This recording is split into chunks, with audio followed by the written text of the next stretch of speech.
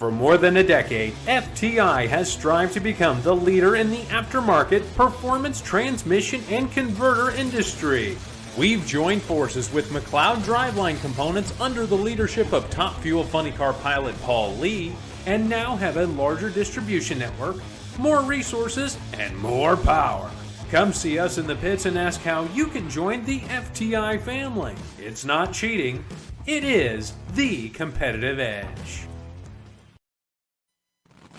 This is WFO Radio. Hey everybody, WFO, and I know what you're thinking. You're thinking, oh my gosh, is it Tuesday already? I haven't gotten anything accomplished yet this week. It seems like it has been so fast. And the answer is, do not worry. Yes, we are a little bit early here on WFO Radio NHRA Nitro, the Thunder Valley Nationals preview edition. We got the voice of the NHRA, Alan Reinhardt, going to join us. And it's just one of those deals. He's going to be traveling all day tomorrow, right in the window where we would be doing the show, like right in the middle of the window. And so it was like, you want to go a day early? Let's do it a day early. People will be watching tomorrow at 1 regardless. And so that's exactly what we're going to do. Reinhardt just seconds away. Good to see some people checking in there. Like Jay is in the house. Good job, guys. And this is why you got to have the WFO Radio app, because I send out push notifications, and you got to follow on Twitter, because you never know when we're going to flip the script and go at an unusual time, right? Later on in the week, we're going to have Bill Skillman talking a little factory stock showdown. We're going to have Matt Hagan talking about his huge victory. He's fresh back from a vacation, going to run a special paint scheme this weekend.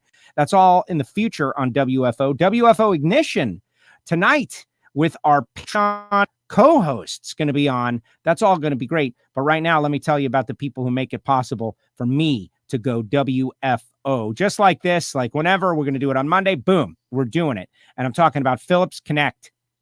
Phillips-Connect.com.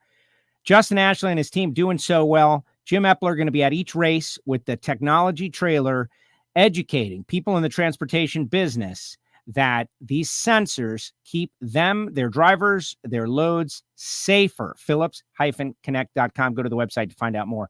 Total Seal Piston Rings, the leader in ring seal technology.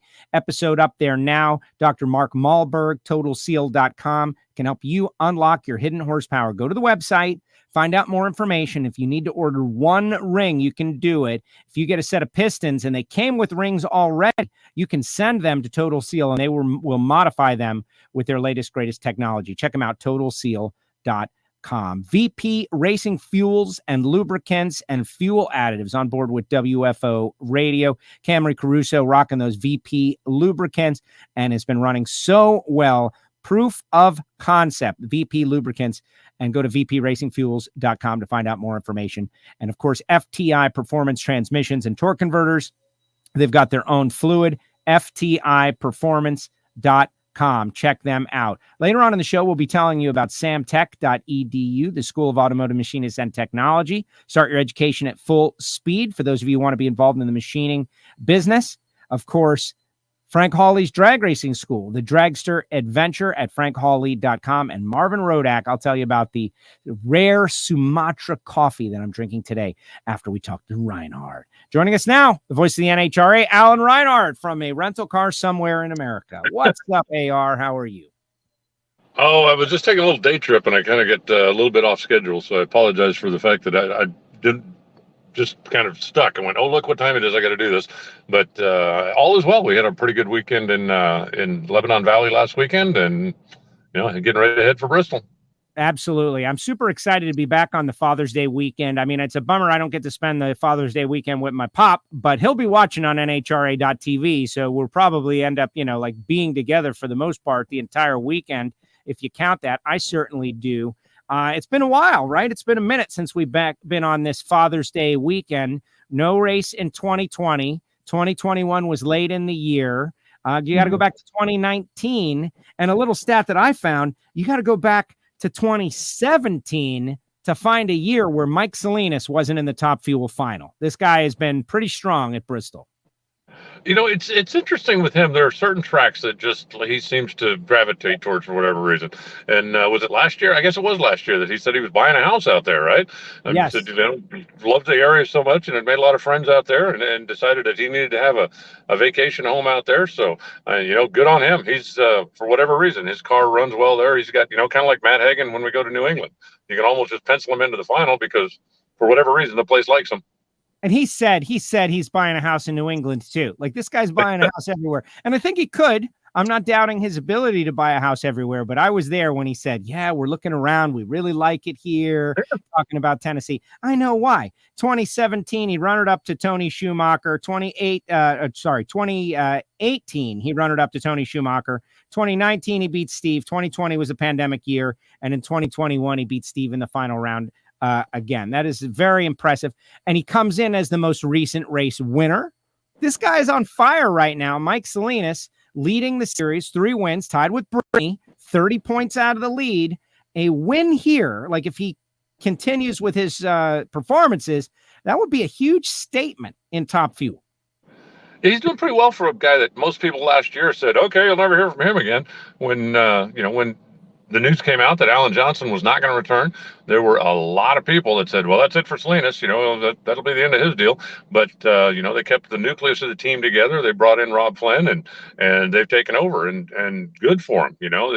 It's fun that, Mike is so dedicated to the sport. He spends a lot of his own money to come out here and do it, put together a first class operation and, doubled up with his daughter, went in the division race a week ago. So there's a lot of enthusiasm there. And he's really an interesting guy to talk to. A guy that would get into a junior car in Seattle that he did a couple of years ago and make a run in it. And it's funny, I actually had a junior driver flag me down, whatever it was, a couple, 3 races ago, and wanted to get a close look at a Top Fuel car. And I went over to Mike and I said, hey, do you mind? And he said, what, are you kidding me? Yeah, bring the kid. Took the kid in, gave her a t-shirt, introduced her to the daughters, put her in the car. The guy's just, he's very enthusiastic about the sport, and he's certainly good for the sport.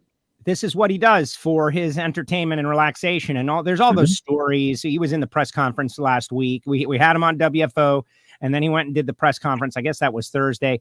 And right. There was discussion about, a picture of him as a little kid in that situation. And it was Don Prudhomme that put him in the cockpit. And so he is doing like so many drag racers before him have done and paid it forward. He's just paying it forward. We're, trying to bring in that next generation of fans one at a time.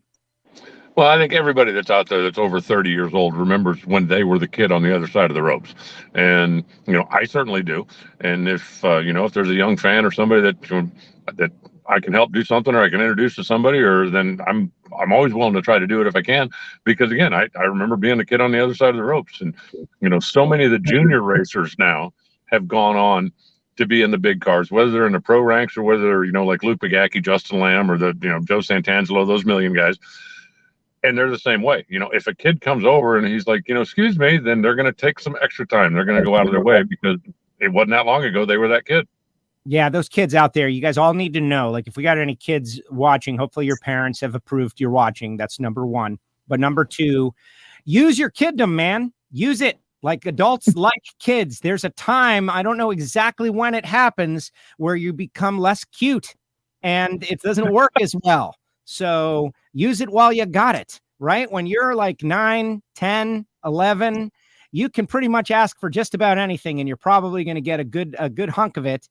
14, 13, it starts to slide away. And then when you're 24, it's gone. It's gone, kids. So just there's a little bit of advice from your Uncle Joe. Hey, what happened out there at Lebanon Valley this weekend? I enjoyed the stream on YouTube a little bit this weekend. How was the race? Good. Weather was good, and they had some great racing. Jackie Frick won again. Phil Burkhart won the Alcohol Funny Car matchup. We only had a couple Alcohol Funny Cars. There's, for whatever reason, I think part of it is we've gotten into the Division I season at such a hurry. There's been 3 races in the last 4 weeks on the division side or on the region side, plus the Epping Nationals. And I think, some of the racers maybe just can't take that much time off working a row or can't. So the car count was down a little bit. But, the racetrack is a fun place. They've got a circle track that is literally on the same piece of property. So Saturday night, we have to be done early enough that they run the circle race over there, and they do a special deal for any of the racers that are there that want to go over and watch the dirt track cars run. But Wayne and the staff that are there do everything they can to make it a fun show. And I think most people had a good time. Looked like a great track. Wow, Jay Blake in the return. I think he's 2 for 2 now on the divisional side. Way to go with the Follow a Dream team. Well, they're running solid. DJ Cox won at Cecil County, and then DJ won again up in Maple Grove. They didn't come here. DJ crashed here a couple of years ago, and I think this is one that he just decided, okay, Lebanon Valley doesn't like me, so we're going to stay away from there. But it's going to be there's not a million cars that are out here competing for the Eastern region, but the ones that are here are good, and so they're just going to keep battling it out amongst themselves. Well, exactly. I'm just happy Jay is back at all. Down there in Division 4, I see that, Don Thomas got a win in comp, and Jim Caro, Billy Carroll with a heads-up final round, got the job done. Austin Williams, usual suspects down there for those. And comp, Pete Hanratty for you guys. That's his first win. I didn't know that. No, it's not his first win. I thought you said for that Pete Hanratty got his. We had a conversation the other day. Did I misunderstand? I guess. No, you must have misunderstood. He won. Yeah, I mean, you can set your watch by him. He won just what was it?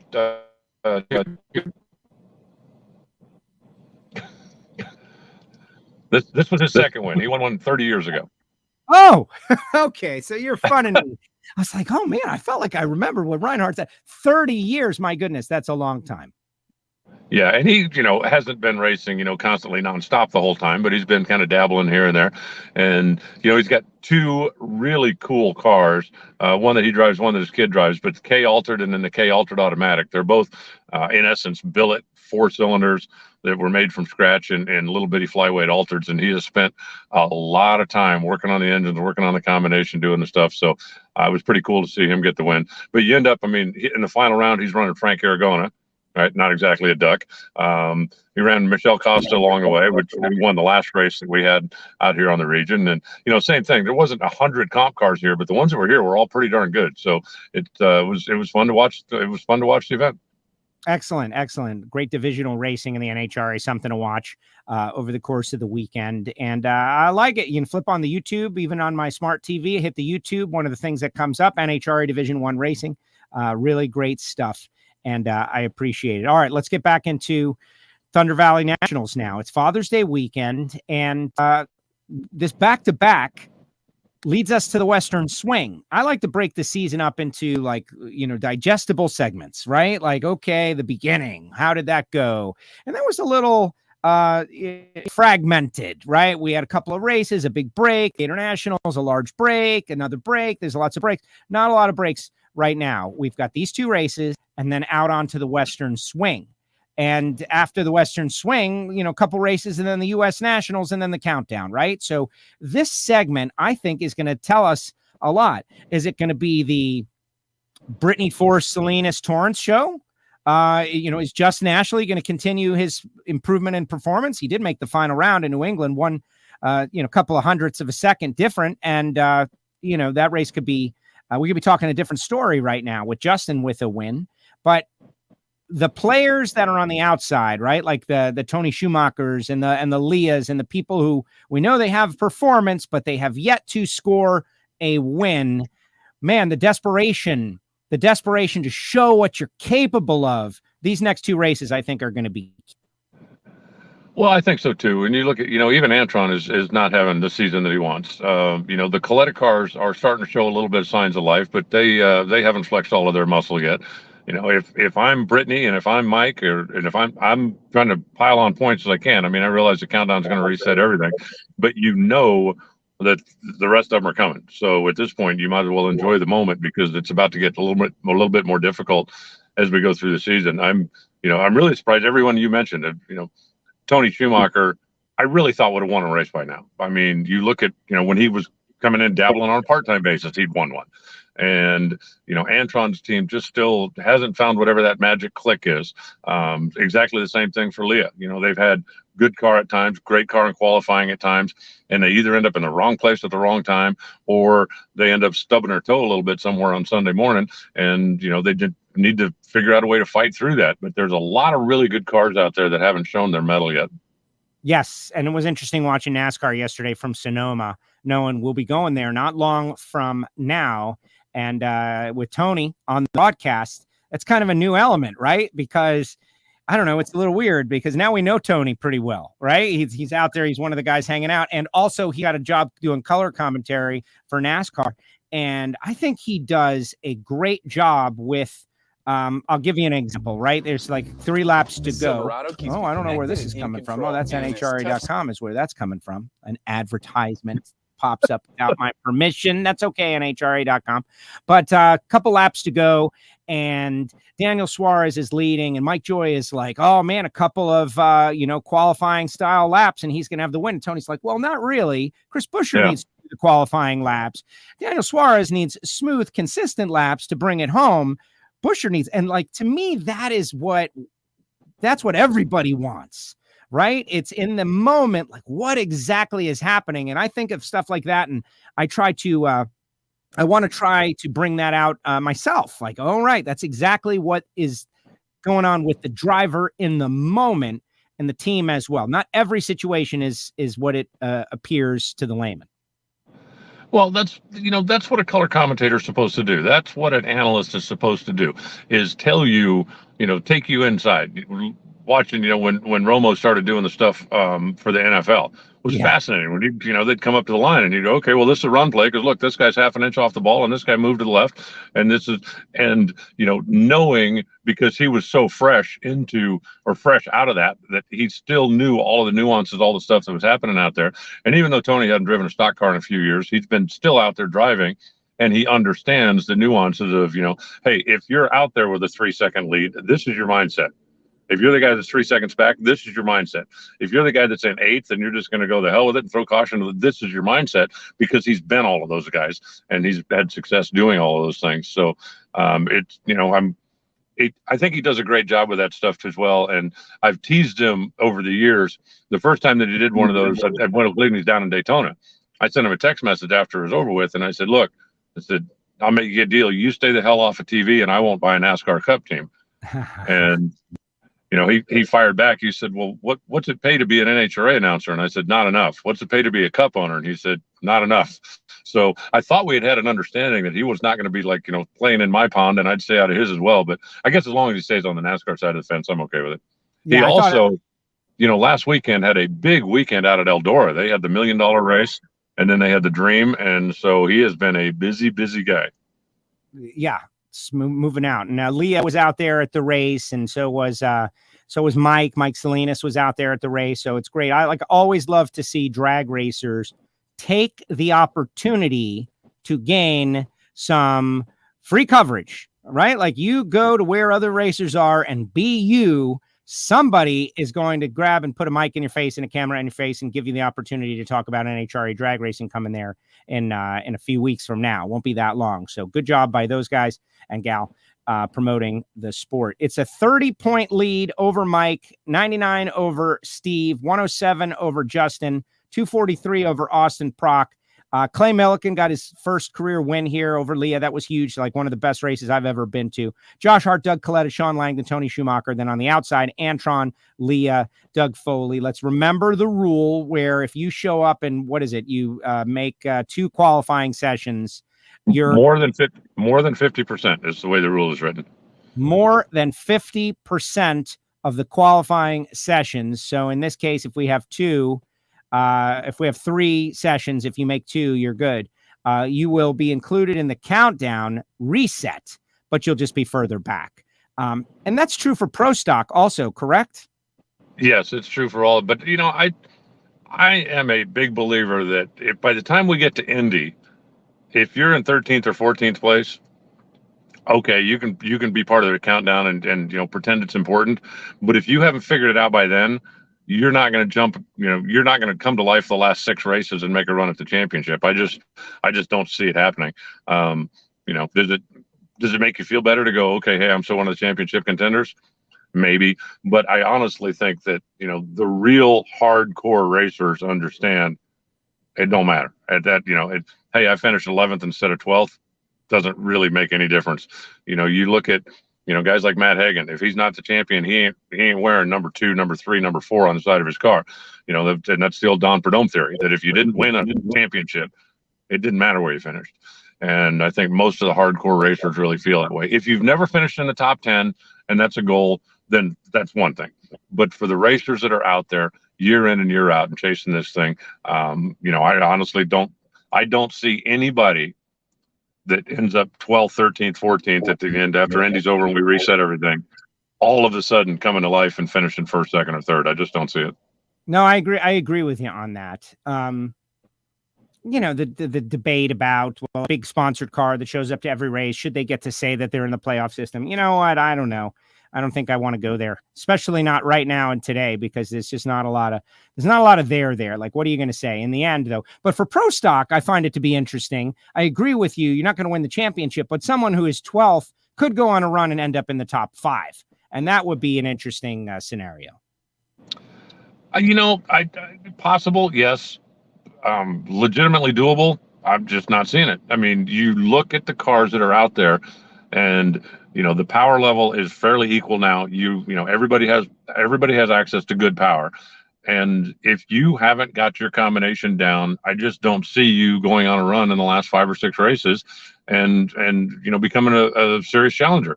If somebody does it, then I'll be the first to congratulate them. But I just don't see it. If you haven't figured it out by that point, I just don't see how you're going to magically decide that, okay, oh, gee, we've been putting the clutch backwards all year. All we got to do now is this, and look, we're going to be contenders. It just doesn't usually work that way. No, I agree. Well, we'll see as it all plays out, and it gives people an opportunity to do something spectacular, even if it is on the outside of the actual championship hunt. Let's talk funny car a little bit. It's been Hagan, it's been Robert Hight, but at this particular track, Bob Tasca, Ron Capps, a couple of others have been in the mix. Tasca's got a couple of final rounds. Capps has got a couple of wins here, albeit with a different crew chief. I'll be interested to see if either of those two teams, like Capps has already had a victory this year, but can't let those two front runners get too far away. That's a part of this too. So I'll be interested to see if they are able to close the deal. Well, I think those two cars are pretty good. Cruz Pedregon, I think, is waiting to bust out. I think that's a car that hasn't shown their full potential yet. Tim Wilkerson, how many times have we seen Tim just all of a sudden, string 2 or 3 or 4 really good races in a row together? He's another one that's capable. The Coletta cars, or the Toyotas, I should say, I'm talking about Alexis and JR. Both of them, I think, would tell you that they should have been performing better. They've got enough runs now with that GR super body to feel comfortable. They should anyway. And those are a couple of teams that I think are looking to bust out. I can promise you, between Ron and JR and Alexis, all 3 of those want to be the first person to park a Toyota Gazoo Supra in the winner's circle, because you only get to be first once. And Toyota made a big financial commitment, a big commitment with engineering time and hours to get that thing put together, get it approved, and get it on the racetrack. And whoever is able to give Toyota the first trophy, that's going to be a big deal. Completely agree. The race within a race. There's always a race within a race. And that one is ongoing as we speak. And last year it was Alexis and JR in the final round. And that was under the old body, obviously. Mm-hmm. And Alexis got the win, and she had a great reaction time. And, JR was having a great day at the racetrack. This is going to be a very different Bristol experience, though, or not because this one is so much different. This one is the same as all the previous. That one was different because it was so much later in the year. But I also understand that they have made some changes to the track. They have ground the track and done some things to make it a little more friendly for the tuners and the Pro Stock motorcycle racers. You remember Angel was frankly said that she was afraid to get on the bike, had never been feeling that way in her career, wanted to lose. So she didn't have to go back out there, and she ends up winning the race. How crazy is that? But they did make some changes that is going to change the character of the track. They did. And, Bristol has the 2 pedestrian tunnels for the spectators that go under the track. And over time, those pedestrian tunnels, the fact that, they expand and they shrink and it ends up turning into bumps on the racetrack. And there were some pretty severe ones, especially on the motorcycles.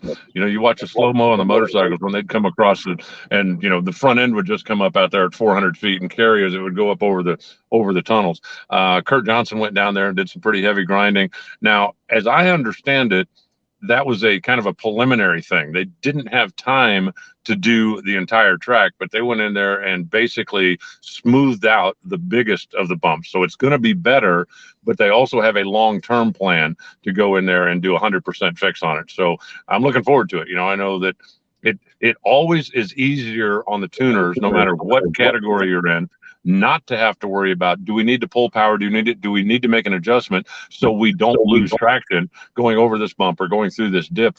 And the smoother the racetrack is, the easier it is on the tuners. And that makes for better side-by-side racing for the fans. Yeah, exactly. And they should. The Speedway Motorsports people have been so good about investing in their facilities over the years. And even when Bruton bought this place, the fact that they they either lowered the track or they raised the track 13 feet. They made complete changes to make it the facility that we see and know it as it is now. I have no doubt that they'll invest in the facility when the time is right. And I guess they already have, but it's a premier facility. People want to go there. You want to be there. It's as nice as ZMAX. It's as nice as any of the other Speedway Motorsports tracks. As far as the tower goes, there's nothing better when it comes to where to watch a race, the Thunder Valley acoustics, and people are like, should I go? Should I go? This is definitely a bucket list track. Got to see Thunder Valley if you're going to be a real fan. True. And, even better than ZMAX in a couple of ways, in that from a fan perspective, you're closer to the racetrack. The stands on the left side are fairly close to the racetrack. And so, being 30 feet from the cars or 50 feet from the cars really does make a difference from a fan standpoint. And the Thunder Valley Club, which is the top eliminator club there, parks you right on the starting line. And that's also a great seat. And, if you it's extra expense, obviously, to buy the VIP experience, basically, but they have driver meet and greets that come into the Thunder Valley Club. They have obviously food and drink and all that kind of stuff. I think it is one of the better in motorsports. I believe it's one of the better fan experiences if it's within your budget to spend a couple extra bucks and do it first class. Absolutely. I'm a big fan of those as well. You get out of the sun, you get in there, you get, you get to meet people and hang out. It's really neat. And it's right by the pits too, right at the entrance to the pit. So it's super convenient. Their Thunder Valley Club. Someone mentioning, ZMAX and tunnels. ZMAX has got tunnels in the same spot, and you never hear complaints about ZMAX being rough. Well, ZMAX was also built a lot more recently. There are things that have been learned over the years about how to avoid the settling of tunnels and such. All construction, right? They learn stuff amazing that they actually learn and apply information from the past to make things better. Exactly. Vegas at one point was a bit of an issue. And when they went in and redid the track, they re-engineered everything to avoid that going forward. And you learn as you go. There's so many things that I don't know how much the average fan knows, but there is a legitimate specific recipe for drag strip concrete. It's not the same stuff that you'd put on a bridge and an overpass. It's not the same stuff that you'd put in your driveway or there is a legitimate recipe specifically for drag race tracks for concrete. Now, whatever the contractor is going to be that does it, it's like, this is what you need to do. This is how you need to make the cake. And it's been learned over the years. How many times over the years you go to a track and at 4 or 5 or 6 years old, you start pulling the dimes up, you start seeing the concrete kind of deteriorating a little bit because what we do to it isn't the same as what you do in a driveway or what you do on a highway. And so over the years, they've figured that out. It's exactly the same thing with the tunnels and with the surfaces and with everything else. Over the years, they've found a way to minimize the imperfections that are gonna pop up. And everything in life is technology moving forward. Everything. Everything is technology moving forward, whether we like it. I got a new one of those too this week. No way. He found the trains. He got a new phone. Nobody believes it, Alan. Come on.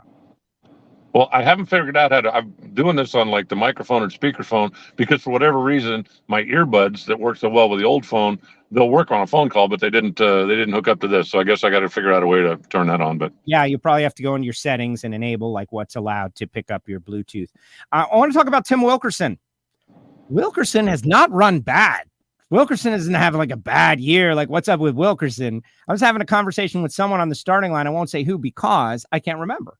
But the conversation was about Wilkerson. It was like, man, this guy, he's running good, just running into the wrong folks. Good first round runs and just getting beaten. And that's part of drag racing. It's like what we talk about all the time. You're on the wrong end of those thousandth of a second win margin races for reasons that only the racing gods know. But right now, Wilkerson is experiencing that. Chad Green, on the other hand, has come out on the decent end, has actually been pretty good. But I'm waiting for the day the racing gods say, Tim, today's your day. And it's going to happen. I mean, Tim's been through this long enough, and he certainly understands that. The telling factor might actually be Friday night. If they came out, and I'm certainly not telling Tim how to run his race stream. He's done it very successfully at a very high level a long time. But I'm thinking if I come out Friday night, maybe a little more aggressive, maybe try to end up in that, top 4 or 5 qualifying spots on Friday night so that you don't have one of those first round draws that just makes you shake your head. Maybe, I don't know. But, Tim has always gone out and been on the conservative side of things, and he's had a tremendous amount of success doing it. But maybe time to try something a little bit different on Friday night qualifying. If it was me, I would, but then I'm aggressive and I'm spending his money. So, let's go after it. Let's see what happens. Right. Exactly. Derek says, so you got an iPhone. He did not get an iPhone, folks. He's no, not an iPhone guy. No. Yeah. He's going to start speaking to us in Spanish. It's not going to happen. Okay. It's not going to happen. Reinhardt's not getting an iPhone. He's a Droid guy. He loves Droid. And there's something about wiring of the brain with the Droid and the Android and Apple. Like some people just go one way. Other people go the other way. They work. They both do the same things. We don't know why. It just is what it is. Well, a little story about the old dog, new tricks, and I don't want to learn a new trick. I've been like an Android guy and a PC guy. And for everybody that always said, get an Apple, get an iPhone, no, I don't want to learn it all over again. I didn't want to learn it the first time. And now that I've got it, sort of working, I'm not going to start over again. Having Pro Stock motorcycle, Top Fuel and Funny Car all back at Bristol. That's going to be unusual. It's been a long time since that was the case. This is going to be a big race, I think. Pro Stock bike, let's reset where we are with that. In that, Steve Johnson, Matt Smith, Karen Stouffer, Angel's a defending race winner. There's a lot going on with the Pro Stock motorcycle category. Are we going to get more of the same as in Steve Johnson, Matt Smith, and others coming up? Or could we get a shakeup? Like I'm expecting, when is Eddie Krawick going to go out there and get a win? When are we going to talk to Eddie on this show? It's going to happen. Just a matter of when. They're wondering that also. And Ellie Tonglet is going to be riding the Kelly Klontz machine this week. That's been announced. Kelly is dealing with some other issues and wanted to have the bike out there for sponsors. So Ellie's going to come in and ride that. And that, that could be a surprise. That bike's been running fairly well. And if you're Ellie, you come in with a, short timer's attitude, so to speak, right? Why not go up there and see if you can hit the tree at 002 every time? And, maybe you get away with it. Maybe you make some noise. Maybe you go out there and hurt some feelings. I'm sure that he would like nothing better. But that's a motorcycle that's, also been coming along. And yeah, the Vance and Hines team being so quiet so far, they made the switch to Suzuki. Yes, they made it, but I don't think anybody expected them to be quiet this long. Yeah, exactly.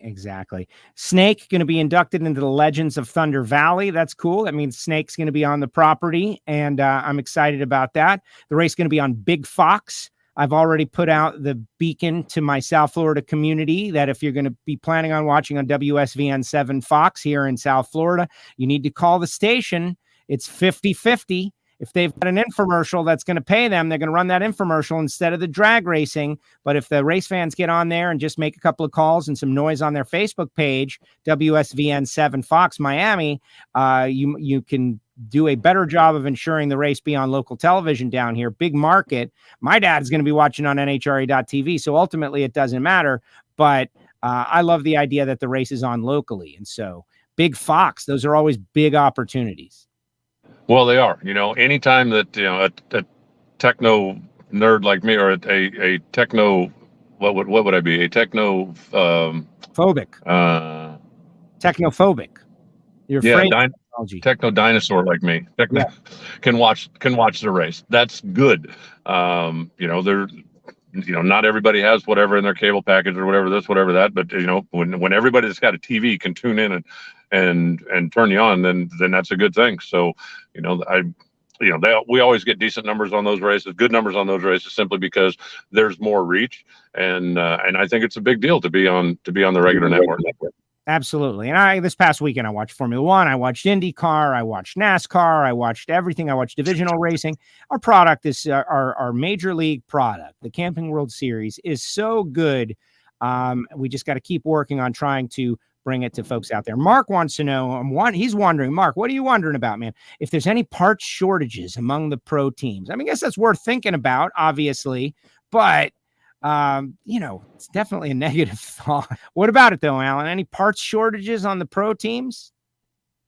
Not as of yet. There's some stuff, in the pipeline. Most of the big manufacturers are talking to, DSR and Allen, and I believe the Colettos and JFR and those guys. A couple of years ago, when they saw some of this, if you have the means to go out and buy some raw material, that's exactly what they did. So, having the billets and having the stuff ready to make the heads and make the blocks, there is a little bit longer lead time on some of the stuff that's out there right now. But I haven't heard anybody yet say that they're panicked about, we can't get this XYZ part. Technosaur is what Michael says you should be called. Technosaur. There you go. I like it. That's a good one, Mike. Virtual producer out there. Technosaur. As far as that stuff goes, I hear and talking with people that a lot of steel and aluminum and titanium comes out of both Russia and the Ukraine, right? Like that's a source location for a lot of the stuff. And coincidentally, that stuff is used in drag racing. So this war over there, which doesn't really have any sign of ending anytime soon, is a very great challenge to racing and all the parts and pieces we need. I am hoping that this is kind of a wake-up call to everyone that says, it's okay to have some sources overseas for everything, but it's also very important to have domestic sources for said same things. And things that are even more important, like these are national security products. I'm sure they use titanium in weapons too. I'm hoping that people will learn that lesson for the future. Well, I know that, the raw materials are a little bit bigger issue, I think. But, like the block forgings and that kind of stuff, I think is pretty much all done here. Most of the teams, I think, Alcoa is a big source of aluminum.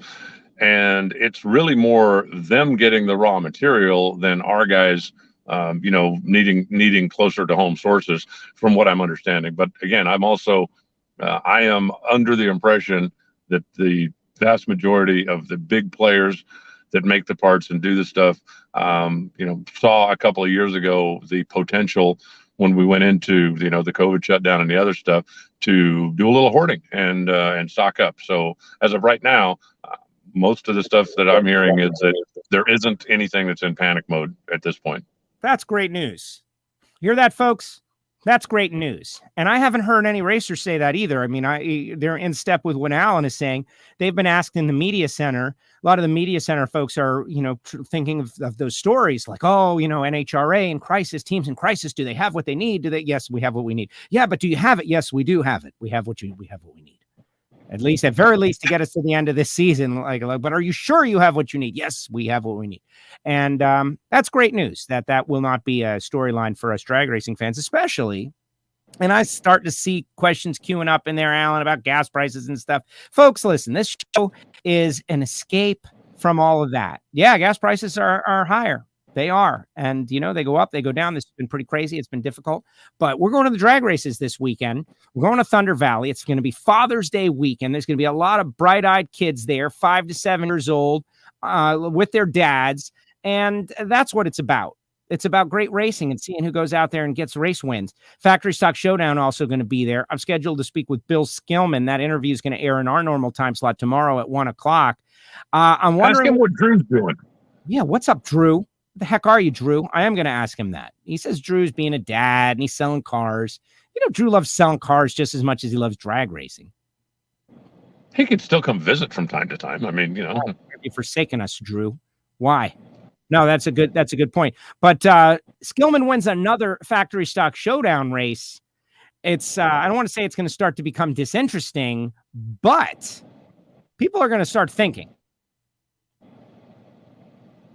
well, you know, he's running good right now, and it's as simple as that. And one thing that the Skillmans have always done with that team is they run it basically like they ran when they were racing Pro Stock. You know, they have full-time people working on the cars. They spend some time testing. They ain't afraid to try new parts and try new things and change stuff to try to get a little bit better here and there. And Bill's been driving well, and you know that combination of stuff is brutal. You know, the horsepower is available out there again across a lot of different platforms, no matter whose brand you're loyal to. But there's more to it than just calling Holbrook and getting an engine, or just calling Barton, or just calling Stanfield, or just, and bolting it in the car and going. You know, you've got to maximize everything. And the Skillmans with the Pro Stock background have spent a lot of time doing that.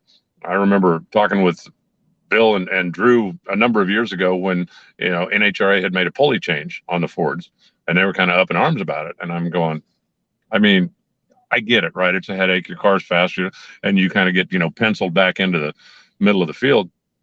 And he said, no, you don't get it. He said, you don't understand that when we change a pulley, and it's like, okay, let's say we're down 50 horsepower. Now we got to go start converter research all over again. We got to start gear research all over again.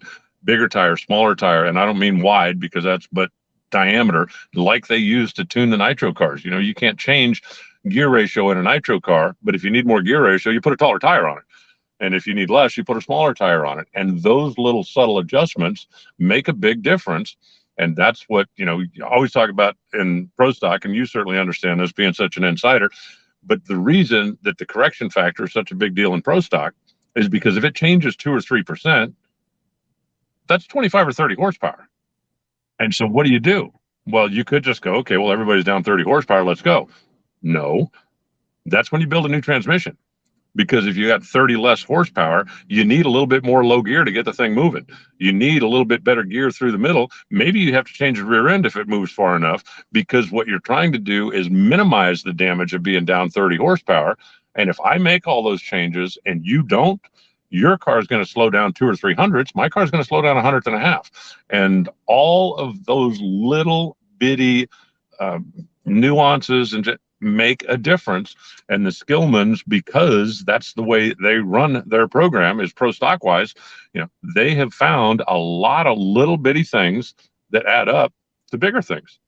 Yeah. And something on that note, just because we did Factory Stock podcast and that podcast is still alive, I think they were all annoyed that they kept having to get hit, right? It was like, you guys, like, do something to the Chevrolets to make them faster. So not so much the what the car is capable of, but to spread out the work, right? Like, it was always the Ford guys that were having to do the work to slow down. It's like, hey, slow us down. We'll do some work, give the Dodges something, make them faster. They'll do some work. They'll spend some money. Have the Chevys do something. They'll do some work. They'll spend the money. But the Ford guys were just annoyed. Like, it was always them. And they got tired. They literally got tired of doing that same dance over and over again. And this has been supported by Aaron Stanfield to me. It's like, hey, man, we'll do stuff to our cars to make them quicker, to make them even. We understand. And now they've got one of each, which I find to be very interesting. Yeah. And you also have to take into consideration, on NHRA's side, that you can't let the cars outrun their certification. And they were getting dangerously close to doing just that. Over on the NMCA, they got really, really close to doing just that. And that's part of why pulling back the fast guys is sometimes preferable to trying to push the slow guys, forward some, is because you had an absolute hard stop that if those cars went faster than they were certified to go, you're done. And so pulling back the guys that were getting closer and closer to that absolute black and white line was an important thing to do.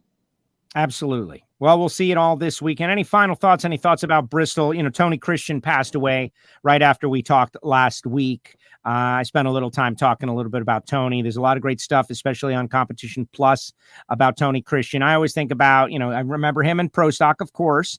Won a couple races. We ran real well in the championship. I think it was 88. But I remember him for his great battles with Pat Musey when the streetcar stuff was becoming big, right? Patsy and the Popeye car.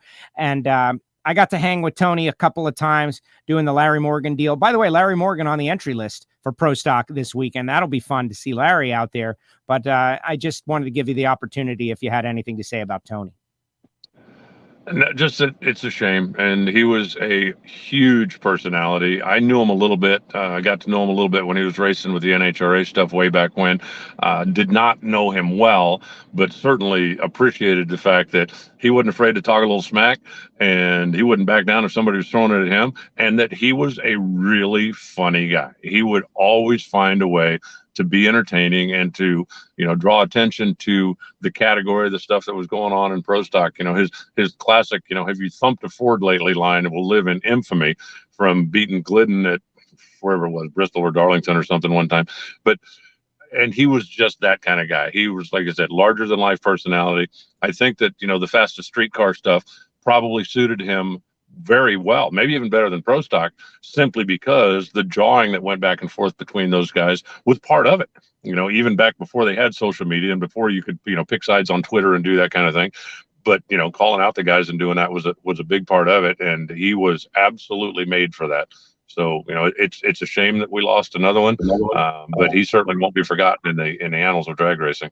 Definitely not. 74 years old, and that is a life well lived. Alan, great job as usual. Thank you very much for spending a little time here a day early with the WFO universe. So you're off tomorrow. You'll be doing some traveling, heading down to Bristol, and we are getting ready. Like, this is it. Thunder Valley Nationals, Father's Day weekend. Then we're going straight into Norwalk, back to back. We'll have answers at the conclusion of Norwalk. We'll know some things. Will it be the same things that we know now, or will we know something new? We don't know. And that's what makes it fun. Thank you. I'm looking forward to it. It's always good heading back down there. Like that part of the world, really like the fans that are down there. And again, love the intimacy of the facility. You mentioned the acoustics. That now that there's a few more of them whacking the throttles, it's fun on Sunday morning when they're warming up and you hear that whomp and then whomp, whomp, whomp. Yeah. On that note, can we talk about that? Like, okay, it's obviously it doesn't do damage to anything to do a throttle whack. The fans love it. We just need to get it. Like, if we can convince Jimmy and Dickie, just those two, or maybe talk to Smoke, right? Like, this is not damaging and it adds more than it takes away. Let's just all start doing it. People will do it. Let's do it. I'd be good with it. I know, when I was a kid, and I remember this vividly, when they would start warming the cars up, every time you'd hear one start, you'd run over there. All right. You'd be right there at the ropes, and then they'd whack the throttle and you go, okay, that's cool. Then you hear one start over there. They haven't shut this one off yet, but you know that they're going to whack that one. So you go running over to that one. And yeah, the fans, there's a reason that Scott Palmer always had such a big crowd around his trailer. Alexis now is doing it on a regular basis. And I think Doug Foley's doing it fairly regularly now. So there's a few of them out there starting to gain some traction, but I don't know that you can force it. I think that it'll have to be natural, but I do think that some of the, hopefully some of the bigger sponsors will be looking out there going, how come everybody's stacked around their trailer and not ours? Right. Well, that's because they do something we don't do. Well, why don't we do it? And I think that it's actually kind of cool now that there's only a few that do it, because now the rest of the teams, I think, are looking over there getting a little bit jealous about it, and hopefully that'll get them moving. That's right. Jealous. They should be jealous. And also they should look at themselves in the mirror saying, I'm not doing everything that I could be doing to make the fans happy.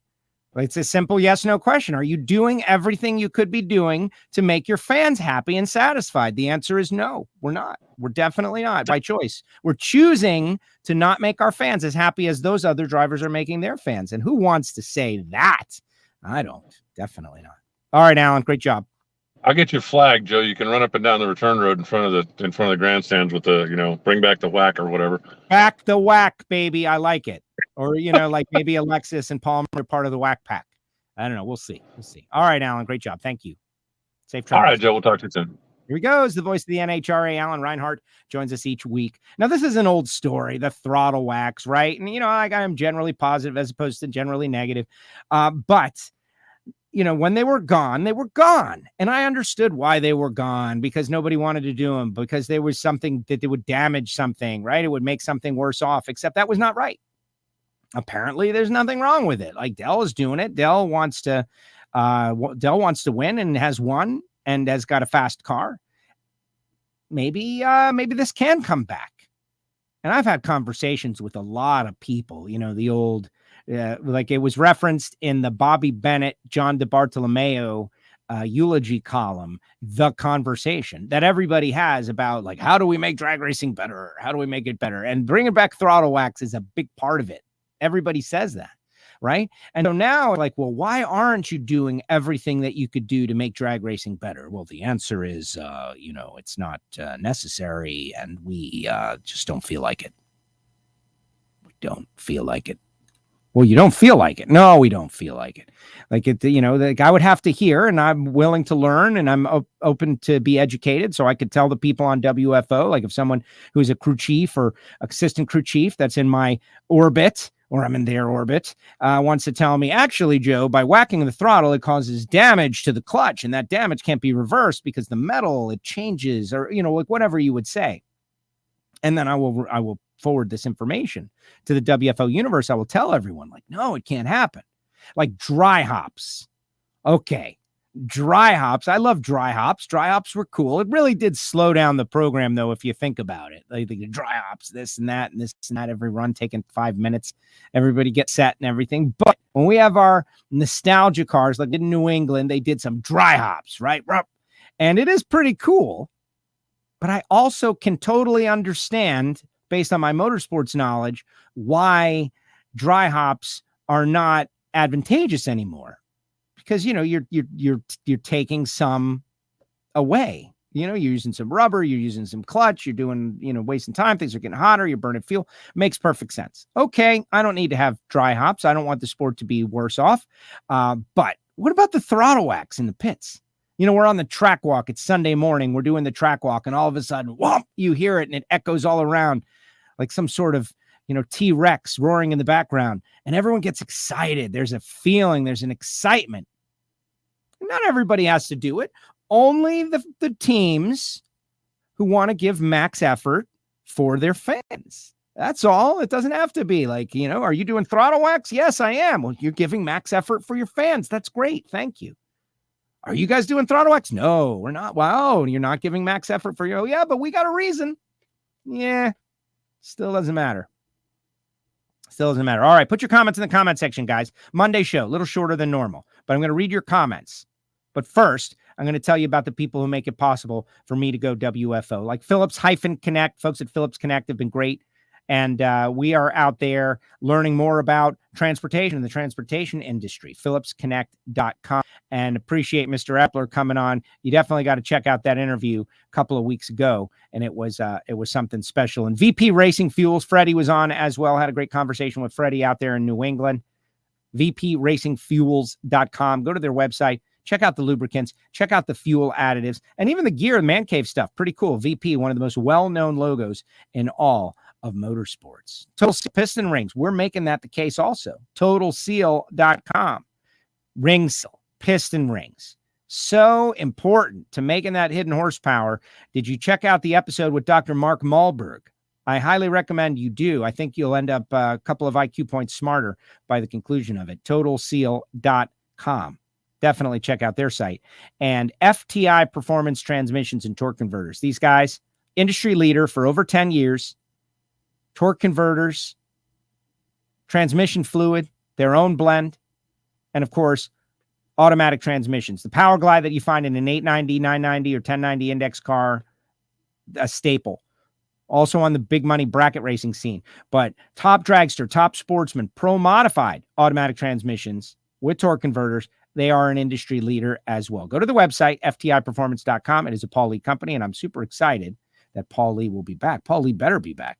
He told me he's going to be back definitely in Norwalk, and I feel like Bristol, and I'm zooming over to the entry list right now to make sure I see Paul Lee. I understand where they're coming from, right? They got there he is, Paul Lee, Orange, California, McLeod Clutches.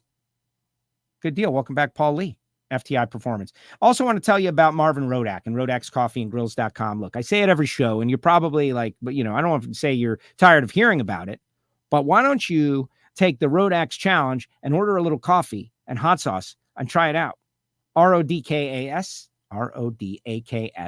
Rodak'sCoffeeandGrills.com. And they've even got the new Nitro Joe Morrison blend of coffee, which I think is super exciting. That Joe Morrison has got his own Top Fuel blend, and a portion of the proceeds are going to go to fund the race car, right? Simple as that. Fund the race car. 817-924-6821. This is Frank Hawley's Drag Racing School and their Dragster Adventure program. They've got a lot of great stuff going on. I'll tell you about that a little bit later on in the week.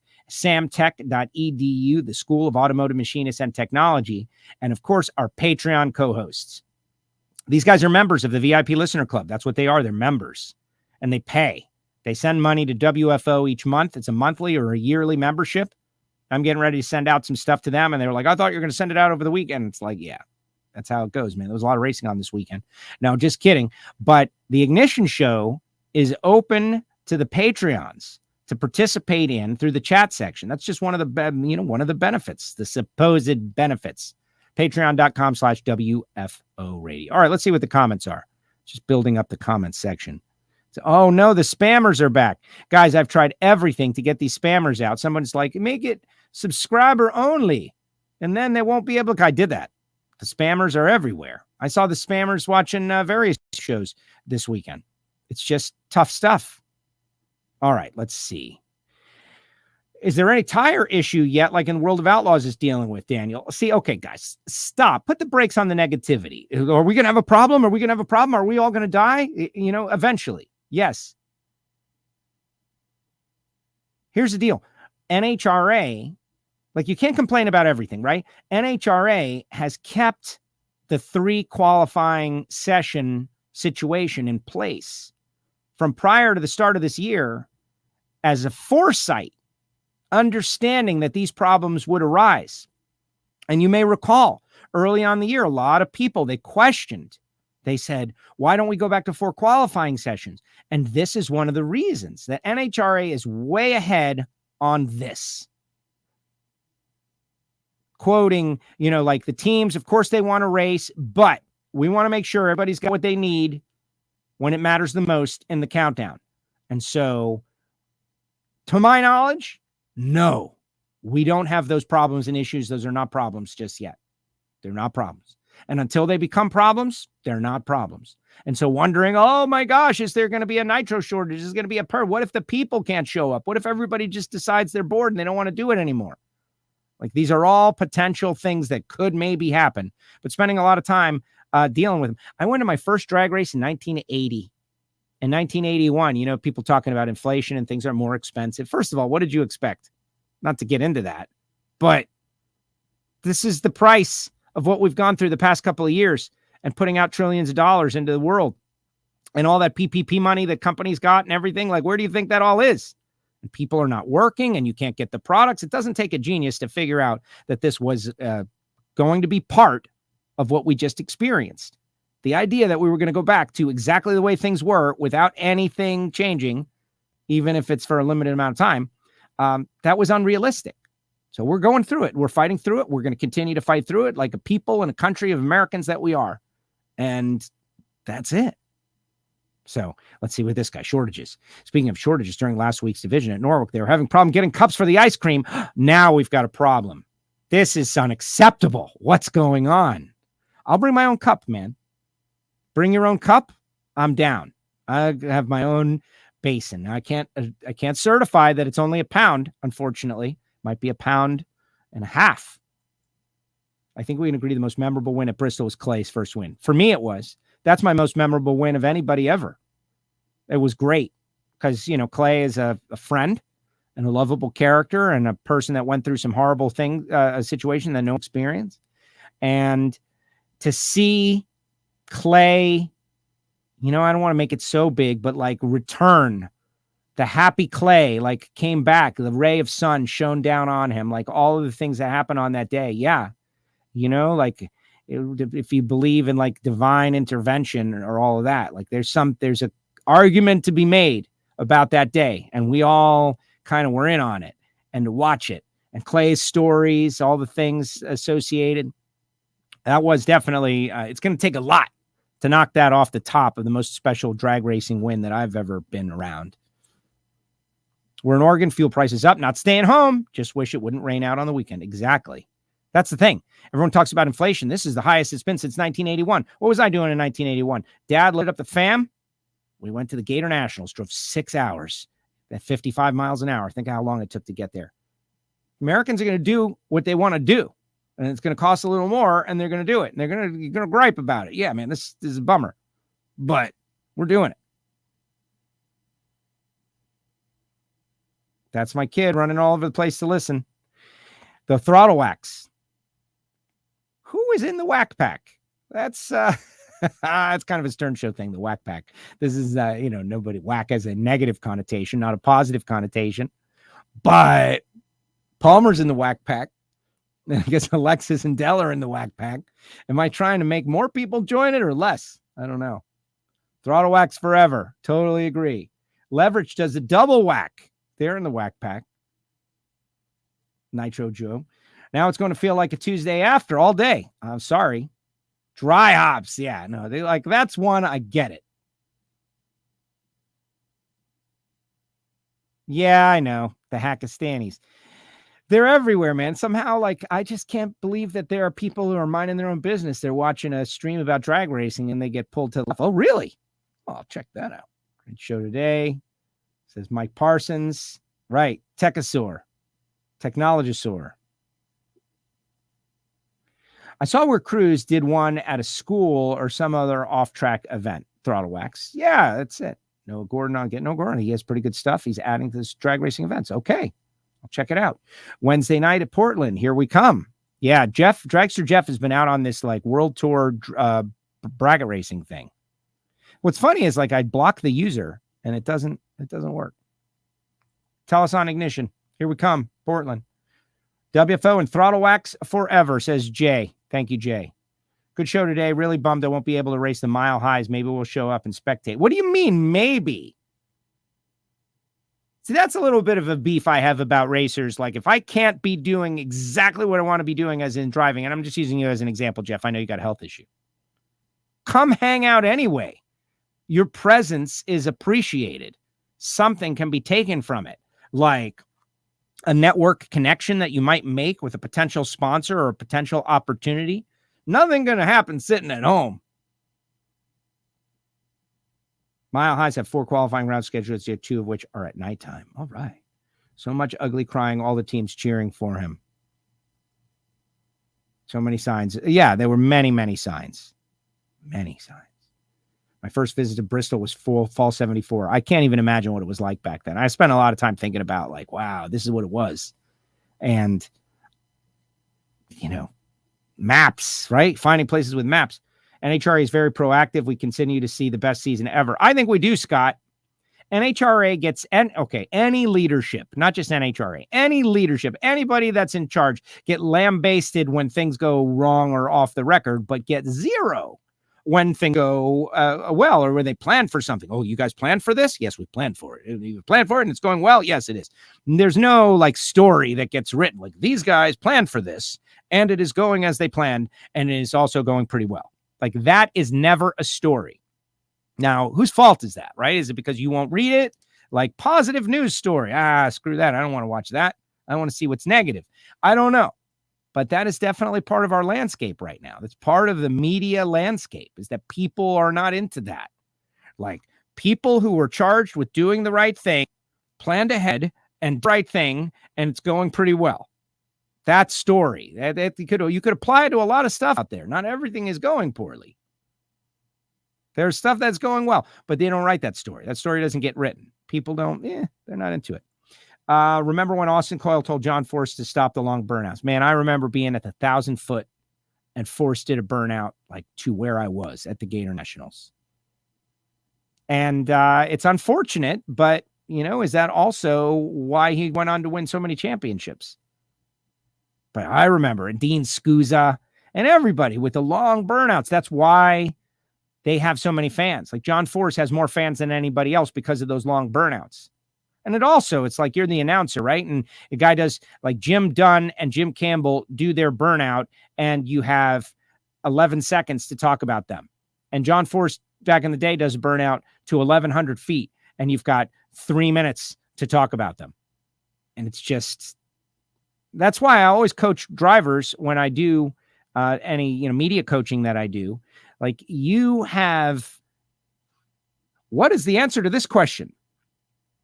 Okay, you can answer that question in 3 seconds. You can answer that question in 11 seconds. You can answer that question in a minute. Okay, a minute is obviously too long. You don't want to do that because people will become bored and tired of what you're saying.